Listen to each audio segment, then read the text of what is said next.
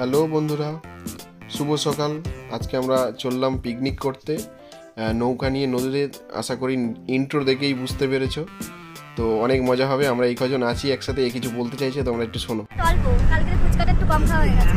তোমার কি সমস্যা? আমার কোনো সমস্যা নেই। তোমার কি সমস্যা? আমার সমস্যা আছে। তোর বড় সমস্যা তুই দেবি ওই কি করছিস কালকে রাতে চাল দিয়ে। আমাদের সব বাজার করা কমপ্লিট। আমরা এই সব বাজার নিয়ে নৌকাতে উঠবো। আমরা ঠিক নৌকায় যখন উঠবো তার আগেই, নৌকাতে ওঠার আগেই আমাদের একজন শোল মাছ ধরে ফেলেছিল। তোমার কি হলো?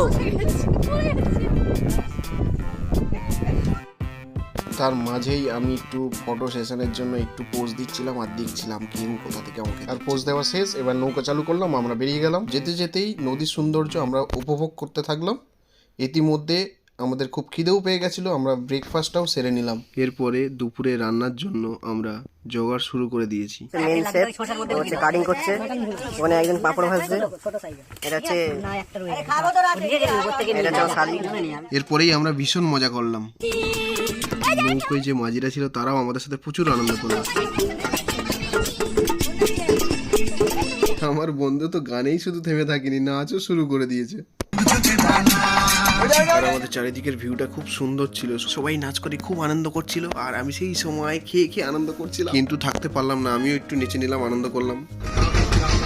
আর নৌকোতে গিয়ে আমরা কিছু দোনও ফেলেছিলাম, আর সেই দোনগুলো চেক করে করে দেখছিলাম বারবার যে কিছু মাছ বেঁধেছে কিনা। আর আমাদের রান্নাও কমপ্লিট হয়ে গেছে, আর তাই আমরা খেতে বসে গেলাম।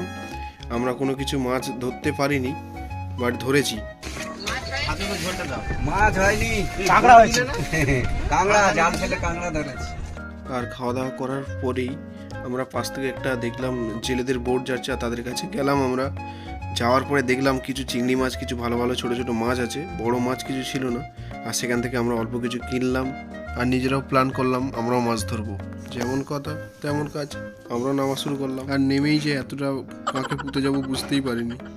আর নিজেও নদীতে নেমে কিছু মাছ ধরলাম আমরা জাল টেনে, তোমরা দেখতেই পাচ্ছ বন্ধুরা। কিছু কাঁকড়া আর চিংড়ি হয়েছিল। তারপরেই আমরা নৌকোতে উঠে গেলাম ফেরার জন্য। আর সন্ধ্যে হয়ে আসছিল, অনেকটাই পথ বাকি ছিল ফেরার জন্য। আর সূর্য অস্ত যাওয়ার সময় নদীর জলটা খুব সুন্দর লাগছিল। শুভ সন্ধ্যা বন্ধুরা। আমার এই ছোট্ট ব্লগটা এখানেই শেষ করলাম বন্ধুরা। সঙ্গে থাকবেন, ভালো থাকবেন।